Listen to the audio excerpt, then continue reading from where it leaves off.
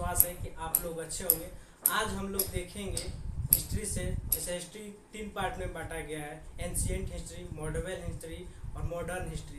तो हिस्ट्री से ऐसे तो बहुत से क्वेश्चन कम ही आजकल के एग्जाम में आते हैं, लेकिन हम देखेंगे ऐसे क्वेश्चन जो याद तो रहता है लेकिन हम लोग को एग्जाम में जाने के बाद भूल जाता है, कन्फ्यूजन हो जाता है। वैसे इस क्वेश्चन को हम देखेंगे ट्रिक के माध्यम से आज देखेंगे, जो एक बार आप देखने के बाद कभी नहीं भूल सकते हैं।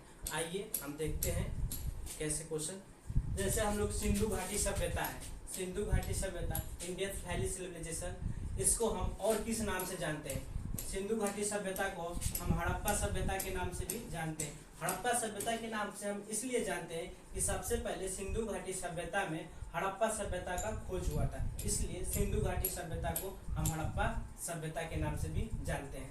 सिंधु घाटी सभ्यता को नदी घाटी सभ्यता भी कहते हैं। नदी घाटी सभ्यता इसको इसलिए कहते हैं कि इसके जितने भी शहर हैं सब नदियों के किनारे बसे हैं, इसलिए इसे हम नदी घाटी सभ्यता कहते हैं। इसे नगरीय सभ्यता भी बोलते हैं।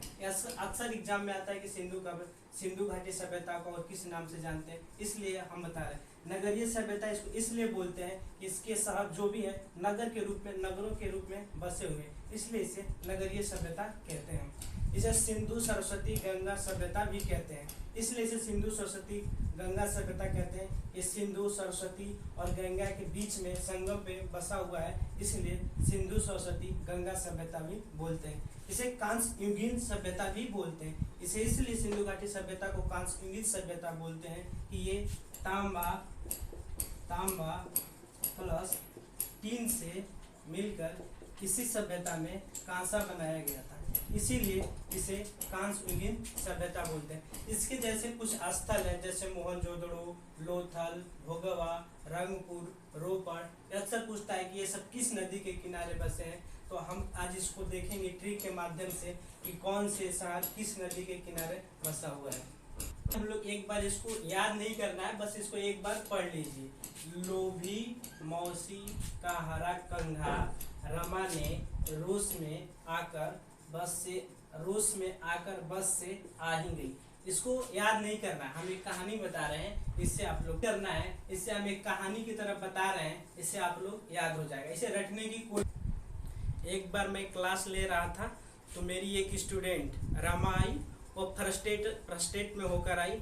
मैंने पूछा क्या है, तो बोली कि मेरी एक मौसी है, मेरे को हरा रंग बहुत पसंद है, लेकिन एक मेरी मौसी है, जब भी आती है मेरी कुछ न कुछ उठाकर ले जाती हैं। मैंने बोला कि इस बार क्या उठाकर ले गई, तो उसने बोली कि मेरे इस बार कंघा उठाकर ले गई। तो मैंने इसी पर एक ट्रिक बनाया है कि लोभी मौसी का हरा कंघा रमा ने रोज में आकर बस से आ ही गई। इसी से देखते हैं। एल से लोथल भोगवा नदी के किनारे है। मो से मोहनजोदड़ो सिंधु नदी के किनारे है। ऐसे हड़प्पा रावी नदी के किनारे है। कालीबंगन घग्गर नदी के किनारे है। रंगपुर मादर नदी के किनारे है। रोपड़ सतलज नदी के किनारे है। बनवाली सतलज नदी के किनारे, बनवाली सरस्वती नदी